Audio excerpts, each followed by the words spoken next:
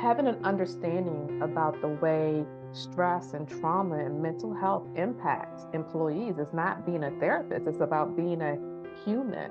It's about being a leader. It's about helping people to be in a workplace that creates and cultivates compassion and curiosity and understanding. So one of my goals is really to just be a voice for those things that people are uncomfortable discussing.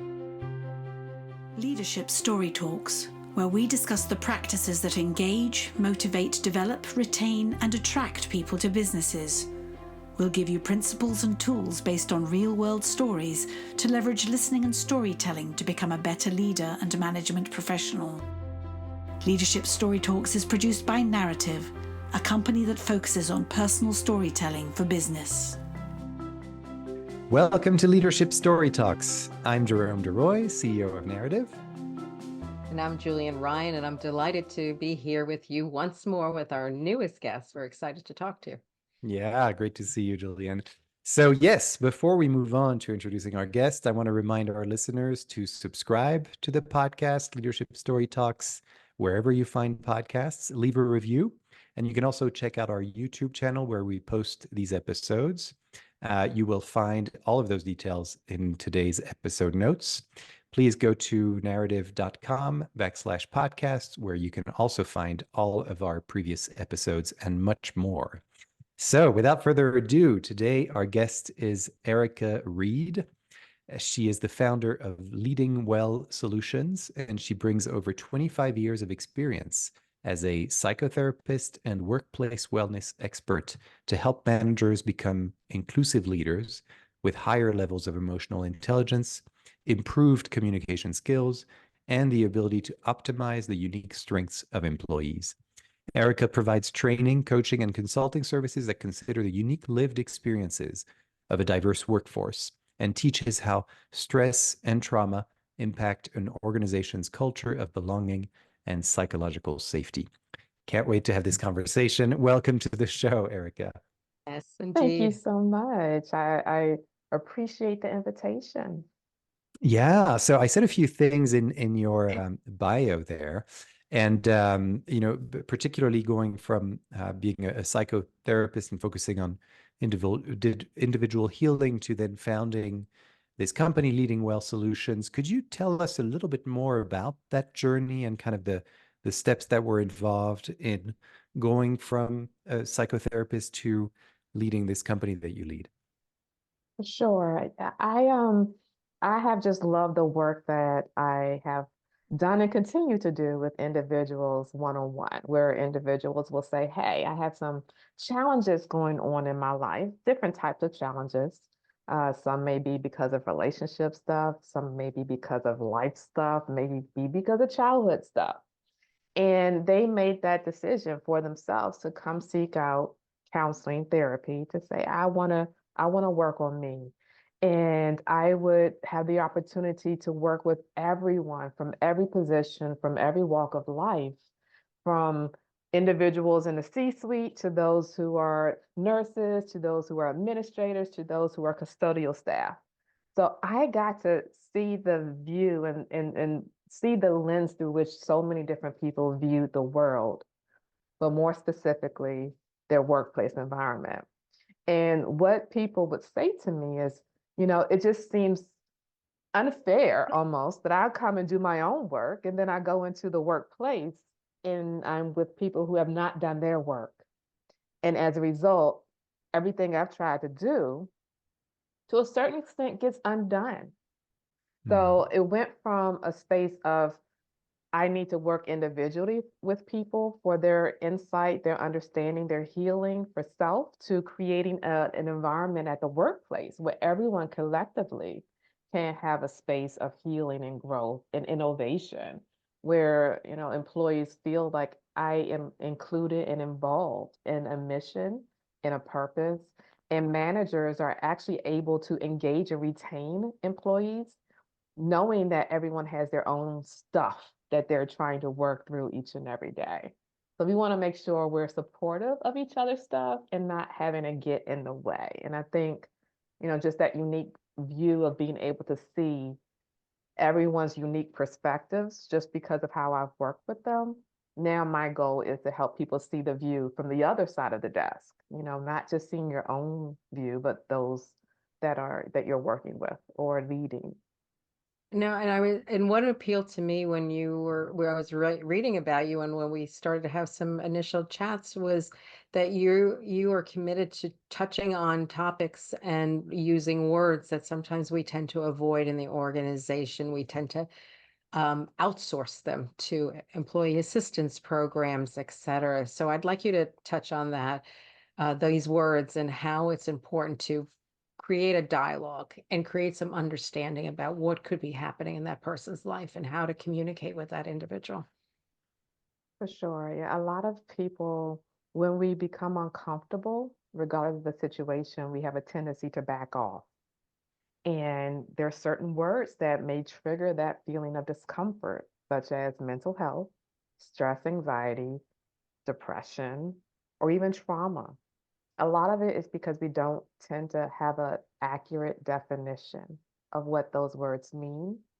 We don't know what we should do. A lot of managers that I work with say, well, that's not my job. I'm not a therapist. I'm not supposed to, be talking about stuff like that at work. And my first response is, no, you're not a therapist. That's my job. I don't want you to do my job. I do encourage you to stay in your lane as a leader, but in having an understanding about the way stress and trauma and mental health impacts employees is not being a therapist. It's about being a human. It's about being a leader. It's about helping people to be in a workplace that creates and cultivates compassion and curiosity and understanding. So one of my goals is really to just be a voice for those things that people are uncomfortable discussing, such as trauma, and helping people know it's not just the stuff that happened forever ago. It's the stuff that people are dealing with day in and day out. It's that last workplace environment that was very toxic, or they had a boss that was very unhealthy. And now they've brought that with them into this current workplace environment so that when you, as a leader, unintentionally do something that reminds them of that past experience, now they're responding in a way that just doesn't make sense to you. Or you may even think, oh, that person's overreacting, or they're just too sensitive. I mean, think about these words that sometimes we say. Whereas if you had an understanding about the impact of trauma, we could approach it in a totally different way as opposed to saying that person's lazy, they have an attitude, they're not motivated, or they're just not a team player. Yeah. For Yeah. sure. This my brain is overstimulated already just because there's so much alignment with the kind of work that Julian and I do with storytelling, right? One of the things that you said early on when you were describing the evolution of, going from a psychotherapist seeing individuals to then going into the workplace and seeing how those individuals actually combine with other people. And what happens then, we talk a lot about in storytelling that it begins with the individual. And then it's only when you have the individual stories come together that some kind of collective story happens, not the other way around. And we tend to want to create the collective story through branding and things like that. And in some sense we do, but it kind of ignores the individual human beings that make up your organization, right? So you are your marketing messages, you are your branding, but when you go into the company, people sort of say, well, that's weird. They don't really walk the talk of all that fancy branding and marketing. And that's really because there hasn't been that effort to look at people's individual stories and look at them as individuals. So we come at it from the storytelling perspective, and you come at it from the therapy perspective of kind of understanding the individual more deeply and what are the things that make them tick, and what are those assumptions that we're making.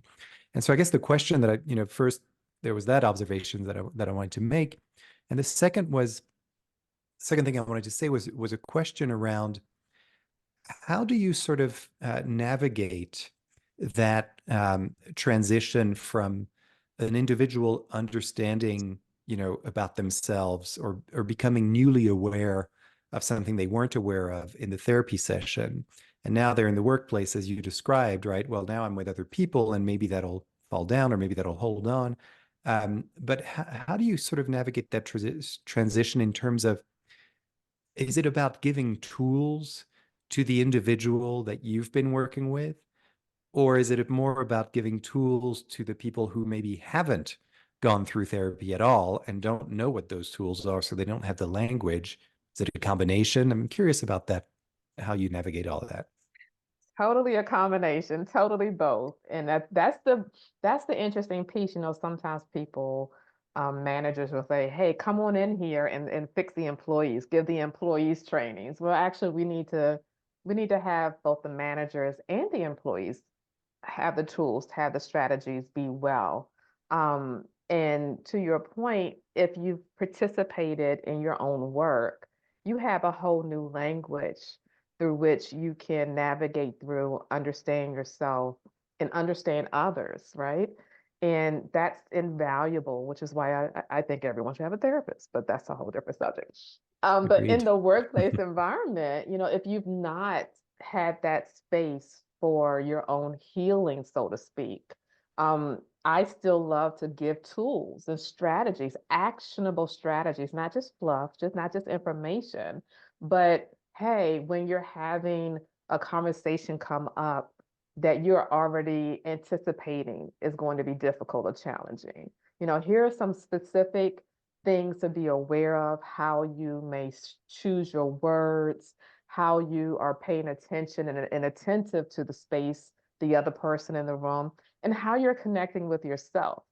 One thing that we often have to realize, especially when it comes to those difficult conversations, when we haven't done our own work and we haven't learned to emotionally regulate as well as we can, is we have already made assumptions. We've already created a narrative about what's going to take place in that conversation before it even has happened. As a result, our energy, our mood is already responding to that narrative. Mm. And the person hasn't even entered the room yet. So we want to have that self-awareness, which is why so much of what I do is based on emotional intelligence, just with a trauma-informed lens to it. Mm.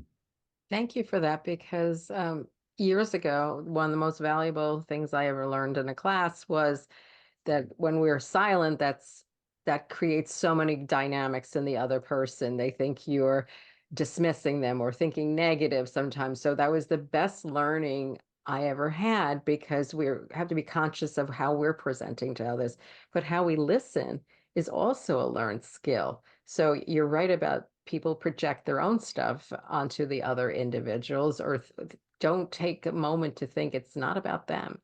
In that moment, giving them the gift of listening that we always talk, and not being a solution based might be the best thing. So I think you're offering a wonderful experience, well, not a wonderful, but a valuable experience for somebody to grow and mature in how they cope with situations.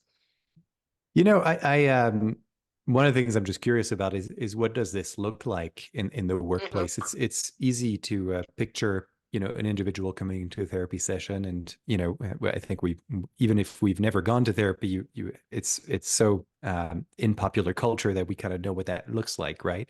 But I wonder, in the workplace, how do you set that up in the workplace, in terms of, do you work with groups of people, or is it always individuals? How does that play out?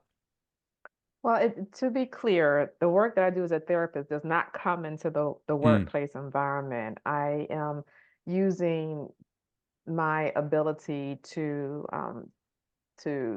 gain insight into how people tend to think, and I'm helping others understand how to apply it into the workplace environment.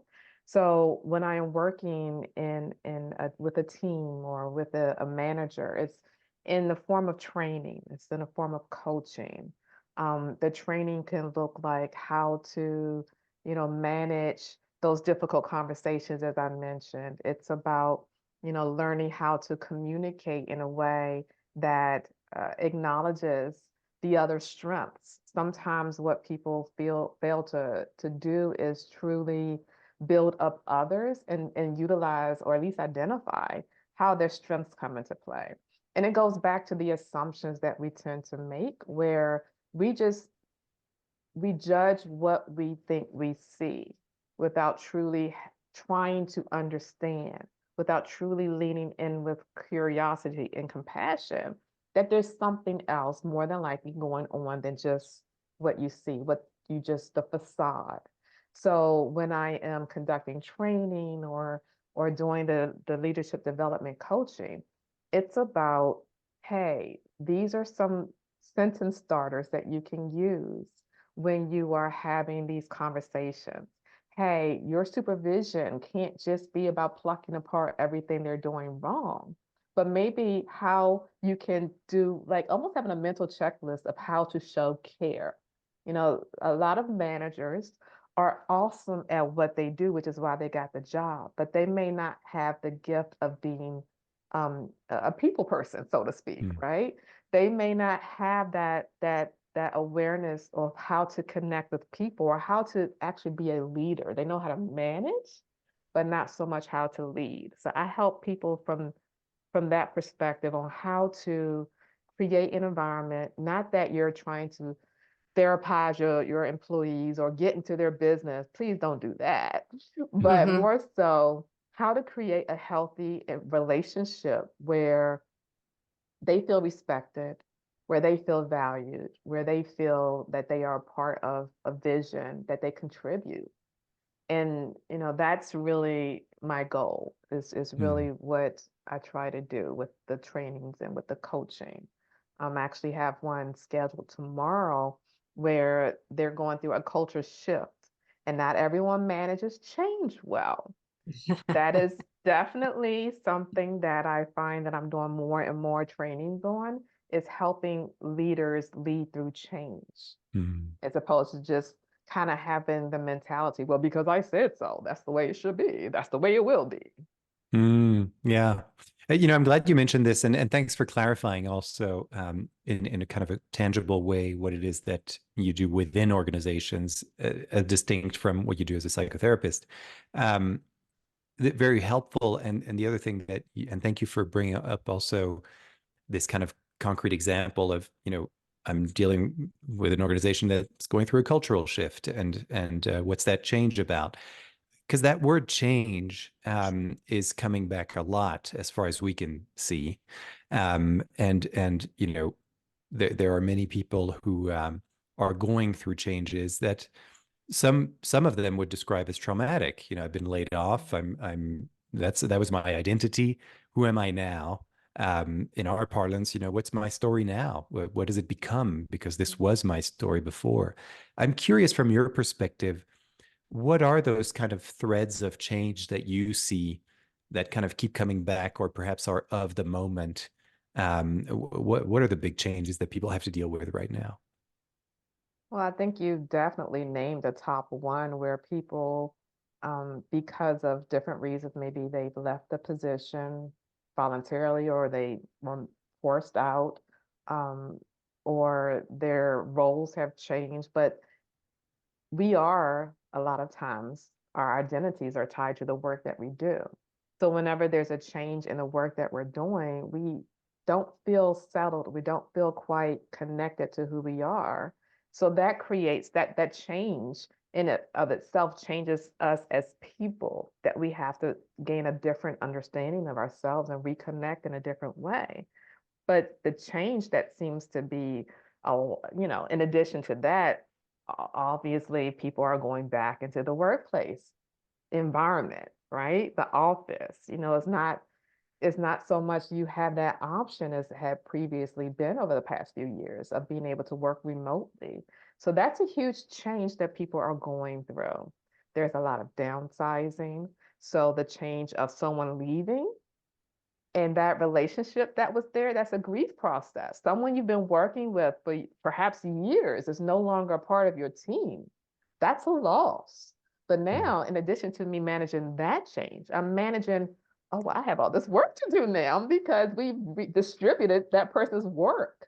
And now this is another change, a new task. Maybe this is not my wheelhouse, not my strength, and now I'm being tasked to do something I'm not comfortable with. So there's Mhm. so many changes taking place right now. I'm so happy you mentioned that because it dovetails to something I want to bring up, and that a lot of times companies pretend when there's a restructuring that it didn't happen. Not supposed to mention the person name who's exited. You're supposed to just go on and do your business where it has been impactful. And maybe you can't shout it out in a larger scale, but I think locally acknowledging there's been a shift and there was a real human that sat next to you or with you for years is important instead of turning them to a ghost or a non-entity.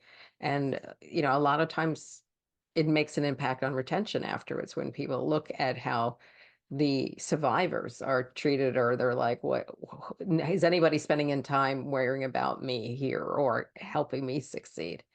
And one other point I want to question you too is like grief. You mentioned grief with outplacement. We're working in multi-generational organization, generations in our workplace.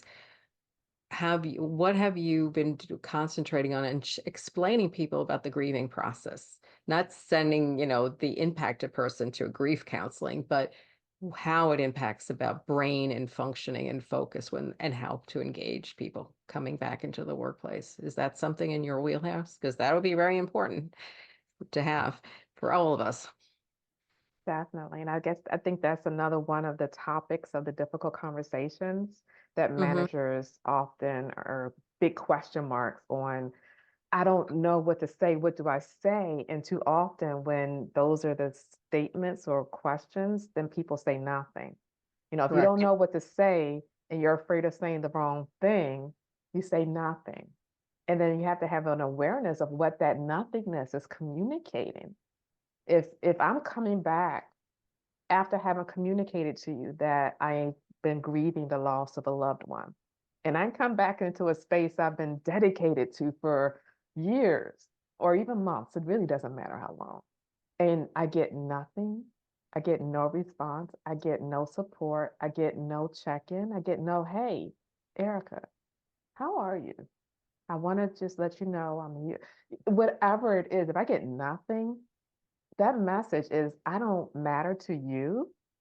And I am obviously very replaceable to you because you don't feel engaged or care enough to check in with me. So it's definitely something that is addressed in the training and coaching that I do to help people have words where they don't previously have, so that they Mm-hmm. feel more comfortable and confident in having these conversations. They're not designed to be intrusive or to cross over professional boundaries. It's about creating an exchange that communicates, I see you as a person, I value you, and I care. How can I support you? Even just the question, how can I support you, allows you, the receiver, to feel seen, to feel heard, and for you to drive what you need, as opposed to me making assumptions that I know what you need. Just Mm-hmm. asking simple questions makes the world of difference. Mm.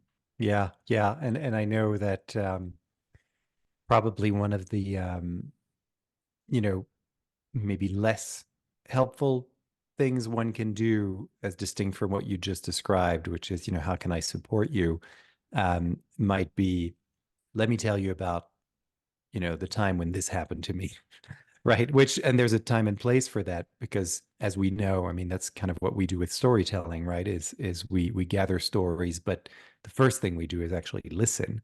It's kind of a listening first approach. And I do think that when we talk about organizations and culture shifts and change, there is a tendency as leaders of those organizations to say, here's the way forward. We figured it out. We've been spending some time, on what the strategy should be. Here it is. And then they kind of are surprised when that doesn't really land in an enthusiastic way, or as enthusiastically as they might have pictured it, right? And for me, that really comes from what you just said. It's like no one's really asked that question. Well, wait a second, where do you see yourself in this? How do you see things? And then how can I help you get there, right? I think it's so valid for many, many different aspects or conversations in organizations, and it all starts with listening. I think that's probably what we have in common here. Mm-hmm. For Definitely. sure. And Yeah. it's so important to listen, ask questions, um, be observant, and to do all of those things without judgment. And, those are some key ingredients in being a trauma-informed leader is how you are navigating through all of this. And transparency, as you mentioned, especially when it comes to change initiatives, is really, really important. It's once again not a matter of, well, we thought about it, we decided, and we said so. Mm. It's, that's no one wants to be spoken to or treated in that way.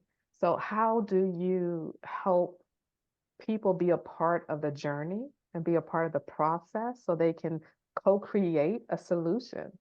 A Mhm. lot of the frustrations I hear from employees is they did all of this change without consulting us. Because if they had asked, we would have told them this isn't going to work because we're the ones that are doing it each and every day. Yeah, yeah, yeah. That makes so much sense. How do you see DEI initiatives playing into what you do? And because to me it seems like it would be pretty close to this change management we've been talking about. But how do you see that? Oh, I definitely see it very much aligned. The thing about DE&I is just by definition, it creates change, right? Mm. It's about differences and embracing the differences, first acknowledging that there are differences, and then accepting and embracing. And whenever people are asked to do something different, to step outside of their comfort zone, then we also have to realize that's a big stretch for people. So it's not about judging, it's about acknowledging the what, the whys, and the hows that you may face resistance, but also recognizing why we still need to do it. But I can support you and give you tools of understanding as we go throughout this process. So sometimes it's we see resistance and we stop and we judge the resistance. How about we address the resistance and then guide them along the way? But if we are absent of diversity, then we are, like I like to say, stuck, stale, and stank because we just really are just breathing the same air over and over again. I tend to somewhat be a creature of habit. So I have a morning routine that involves me listening to a set playlist. And the other day I was listening to the same song I've listened to over and over again. And I just happened to look down at the comments. And this individual had typed in the comments, why is no one talking about the bass player? This guy is awesome. He's bringing this, and this. And, I don't know music. I like music. I know how music makes me feel. So I thought that was an interesting comment. And I really didn't think too much of it. But over the next few mornings, I started hearing the music differently. I started hearing the bass. And to each morning that I hear it now, I hear different nuances from that bass line, all because I received different information, a different perspective. So now I have a whole new appreciation for something I have been doing, listening to each and every day. And that's what diversity brings to an organization, to a team, to a culture. It keeps us fresh. It allows us to see things that we may not have seen before. And it creates, if done correctly, an environment that everyone can grow together and work toward a shared interest. Hmm. That's a great kind of definition, and also the definition and the why. I love this analogy you just talked about with the bass player, and noticing something that you hadn't noticed before, and how it becomes more and more ingrained into your consciousness. And yeah, it's a wonderful way to describe that, I think. And because we just talked a little bit about or got a glimpse of your personal experience as you were listening to this music and it entered your consciousness, I have a question that we ask of all of our guests, which has more to do with your own kind of personal journey. And that is, could you please tell us about an experience that has shaped who you are today or continues to shape who you are today? I had a unique experience a few years ago that is actually what led me to step outside of my office. So, as I mentioned, I was a therapist, I still am, and I would work in my office, before COVID, where we actually did stuff in person. And each and every day, I work with my clients and I loved it. I truly feel like it's part of my purpose to work with individuals and with couples and families, but in that space. But it became a time where I started feeling like I'm supposed to be doing more. I'm supposed to be doing more than what I'm doing. But as I said, I'm a creature of habit sometimes. So I was comfortable. I'm doing what I'm supposed to do. I'm comfortable. But it just kept kind of, that little feeling that you Mm-hmm. get. I tried to ignore it, but then one day I came across this poem by Marian Williamson, and the poem just spoke to me so much because it said that, it allowed me to see that I was playing smaller than I really needed to. And it wasn't so much the fear of not being successful, it's a fear of being seen that was challenging for me. To put myself out there in a space that I didn't know how I would be received, because I'm going to be talking about stuff that makes other people uncomfortable. And that is something that I was shrinking away from. But once I realized that my skills and my gifts can only help others, and if I'm not doing what I can to help others, then really am I doing what I'm supposed to be doing?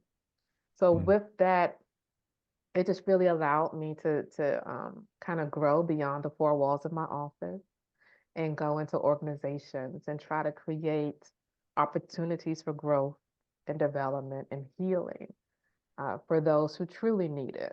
A lot of what I do comes with the understanding, once again, connecting to my role as a therapist.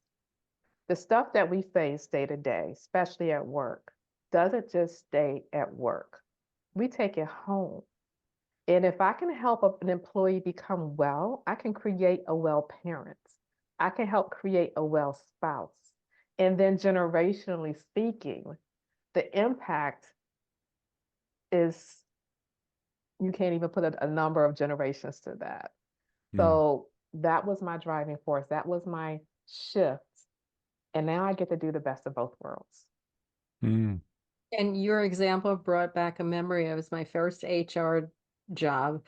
I had experienced my first restructuring or where people were let go because the company wasn't doing so well. And my boss came out of her office and was reading the insurance report, just saying, interesting statistic.